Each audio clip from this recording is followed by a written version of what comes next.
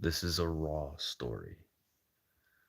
I've always wanted to talk about this, and I never really really thought about it clearly until now. But I want to talk about my judo life. Judo, like the martial arts. Um, I just watched a documentary, not about Bruce Lee, but Bruce Lee was a part of it. Well, Jackie Chan was a part of it. And that really excited me as a child, watching Bruce Lee and Samo and Jackie growing up as a kid, like watching these people be able to move the way they do. And then the UFC came out. You could buy the tapes or rent the tapes back in the day when it was going to happen. Oh, I knew this was going to happen. Hoist Gracie, one of the best mixed martial arts people in the world, and he was from Brazil. Now remember this, he was from Brazil, and a lot of good fighters came out of Brazil. So I'm 9 years old, just moved, and I got some neighbor friends. Oh, who's the new kid? Because on the block at first, the block I lived on had no kids. But the two kids that did live on the block that were my age went to judo.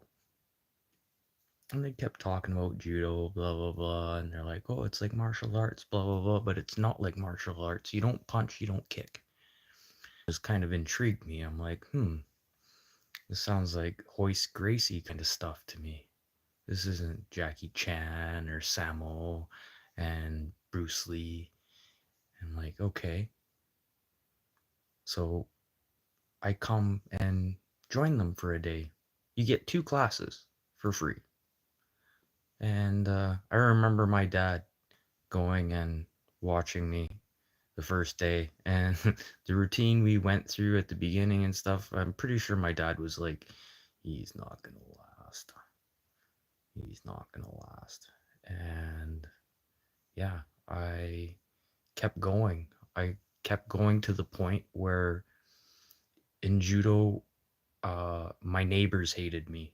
My best friends hated me. Well, I wouldn't say they were my best friends. My best friends still lived back where I used to live, and I'd hang out with them on a regular basis. But my new friends, my new block friends, hated me. Hated me. I excelled so quickly in judo, just understood what they wanted and how to do things properly. Just people didn't get how to do certain things. Like, you weren't going there to hurt somebody, but yes, yeah, I don't care. It's not a story, and I'm not supposed to be commenting anyways. This is a live story. It's not about comments, but I will acknowledge you. So I get into, I start really like pissing my friends off and doing excelling in judo so much faster where they ended up quitting. Why? Because they didn't get a belt. Well, in martial arts, you kind of have to deserve a belt. And I was excelling a lot faster than they were. And it's not like he failed once or failed twice or 3 times. They just failed once, and just they got fed up and bored and off to another sport. And I think the highest belt he had was an orange. The oldest brother was at an orange. The youngest brother was at a yellow, and I was already at my green. But the thing is, in tournaments and stuff, I used to go to a lot of tournaments. Any tournament there was, I don't care if it was in Regina, Steinbach, like Winnipeg, Portage la Prairie, Dauphin, any tournament there ever was, I went to and I came back with a medal. and that really impressed my sensei a lot. Uh, Even at a yellow belt, he didn't want me to be doing tournaments or anything like that, but he seen something in me.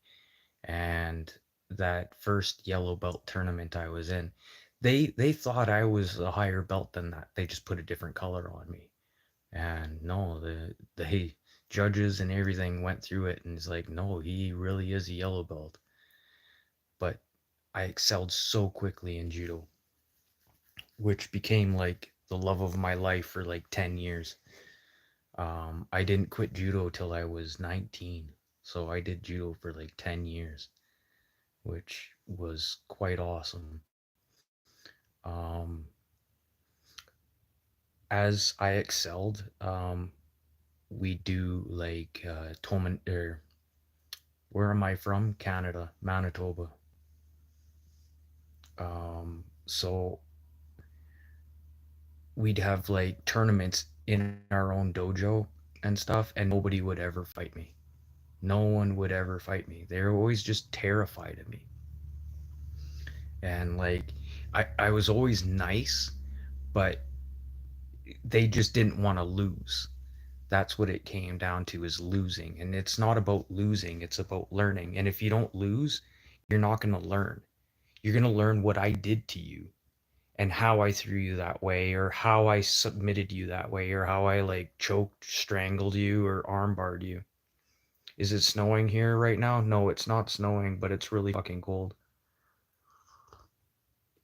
If you're from the States, it's like 42 degrees Fahrenheit right now, I think. Or 32 degrees Fahrenheit. Can't remember the conversion, but it's below zero here, which means it's fucking cold. Not super fucking cold yet. But anyways, excelling into judo. I'd be going to tournament after tournament after tournament and be bringing back medals and trophies and stuff. And then I had new friends who moved across the street from me. Oh, okay. Welcome, Canuck. Uh, had a bunch of new neighbors move across the street from me, and I got them into judo. And the daughter, the oldest daughter, ended up sitting there, and she'd fight me, even as a yellow belt. Give me him, give me him. She always just wanted to go with me. But it was good practice for me, good practice for her. She wanted to do tournaments, I wanted to do tournaments. And if you don't want to fight the hardest person in your class, then you're not tournament worthy. You're not tournament worthy. Like, I remember my teacher, my sensei, like I said earlier, he was from Brazil, and he was one of the best judo teachers. I'm going to say everyone always said you're lucky to have a teacher like that. He showed us stuff that you wouldn't believe. You totally wouldn't believe how easily you could hurt somebody. Like pressure points, everything. It was quite interesting. But then he died. He died, and the dojo changed. We had one good teacher.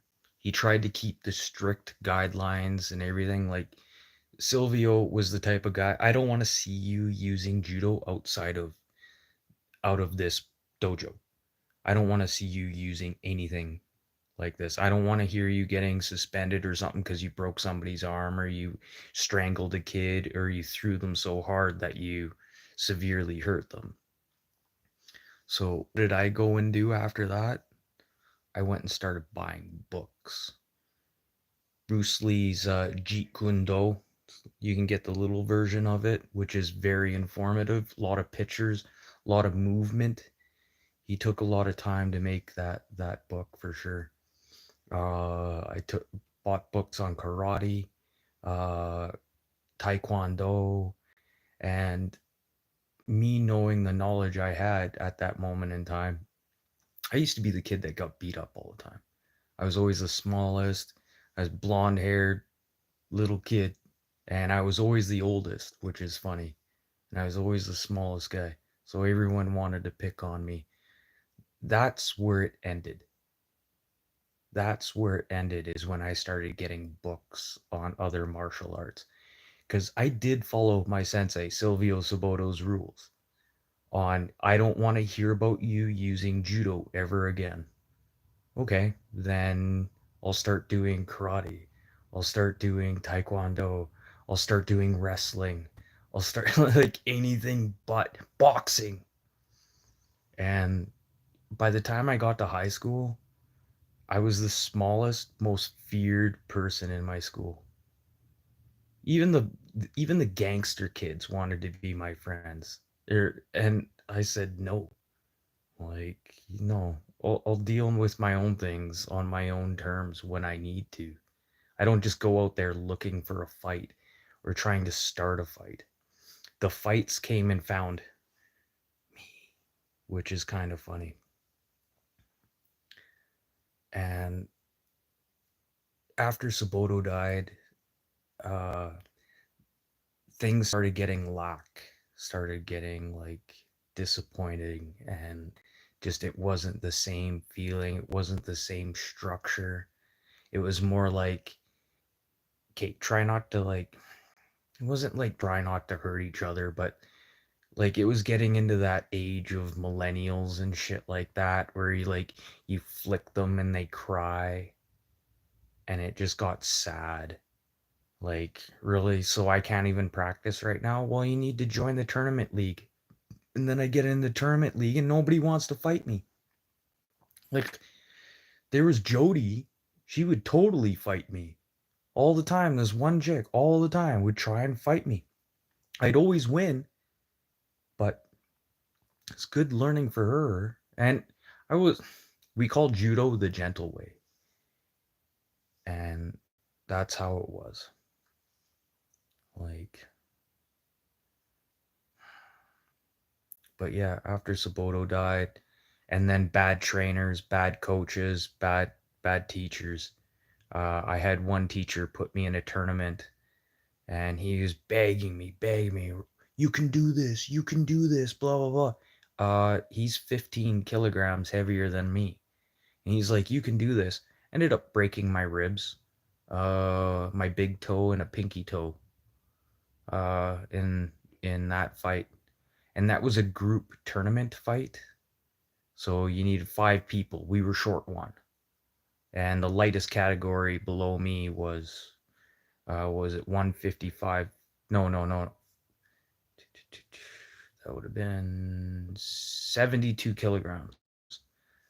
Yeah. So he's quite a few kilograms way overweight than me. I think I was running at 65 kilograms at that time. And kilograms, that's 2.2 pounds. So, yeah, that's quite a significant weight, especially when it comes to judo. You want to make sure people are equally balanced for a good, equal fight. This is why they have weigh-ins during boxing fights and UFC matches, to make sure that everything is equal. Well, that fight was not equal, and that ruined my tournament because that fight was right before my actual fights that I had to do. And yeah, like I said, I can't exactly go into my own tournament now with a set of broken ribs and broken big toe and a broken pinky toe, and oh, and a concussion, which was great. Um, so I kind of started losing faith. I stuck around for a while and stuff, and I was there more to like start training the newer, younger generation to start learning how to do judo properly instead of it being a daycare.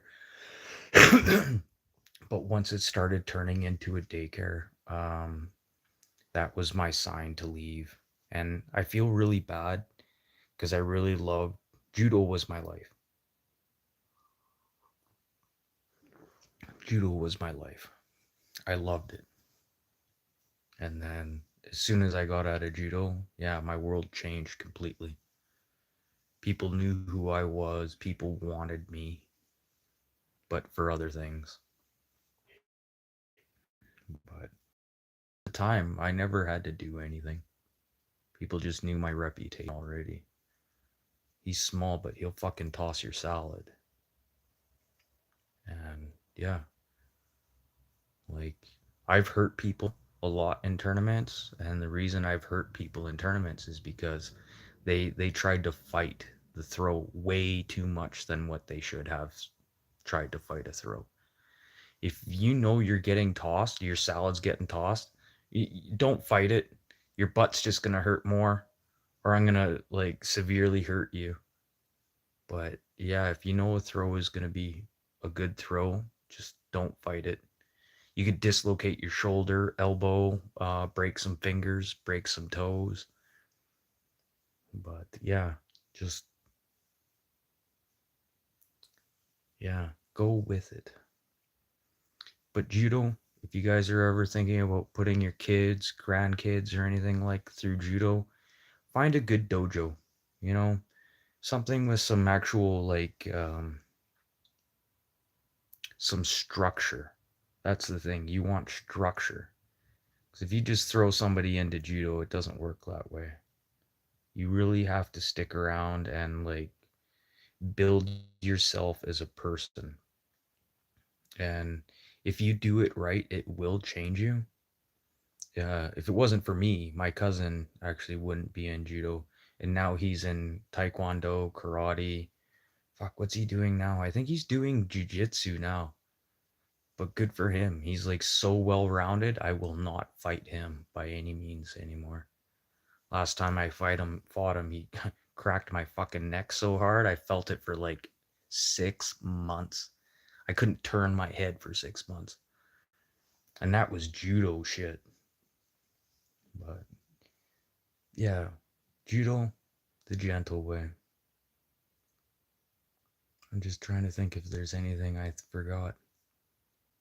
I just want to give a shout out to like Saboto up there. Um, when you died, a lot of shit died with it.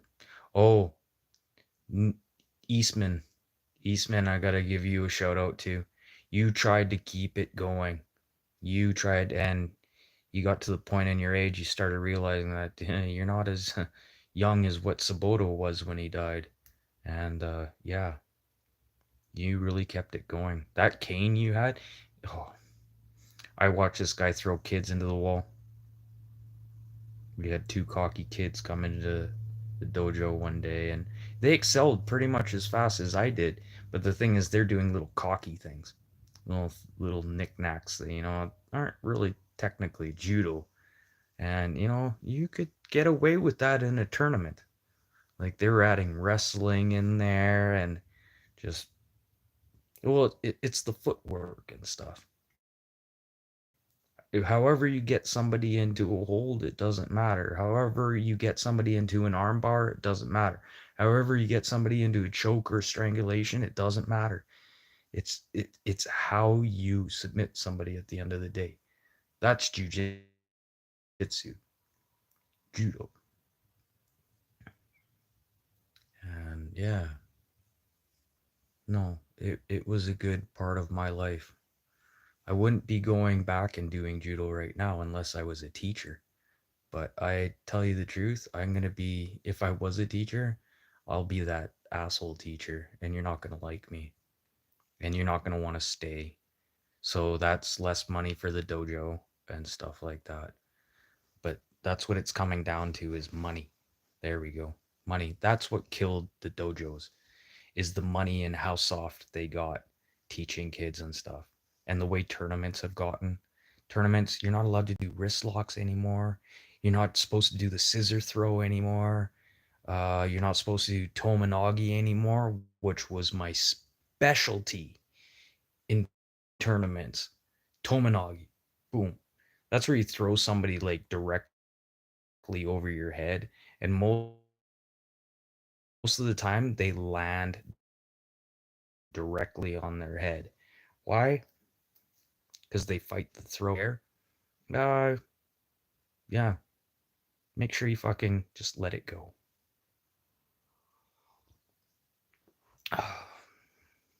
But that's how much of judo was a part of my life. It was a huge thing. Like still to this day, I can easily push somebody over. No, I just watch their feet. But the thing is, you're not supposed to watch their feet. You watch their shoulders.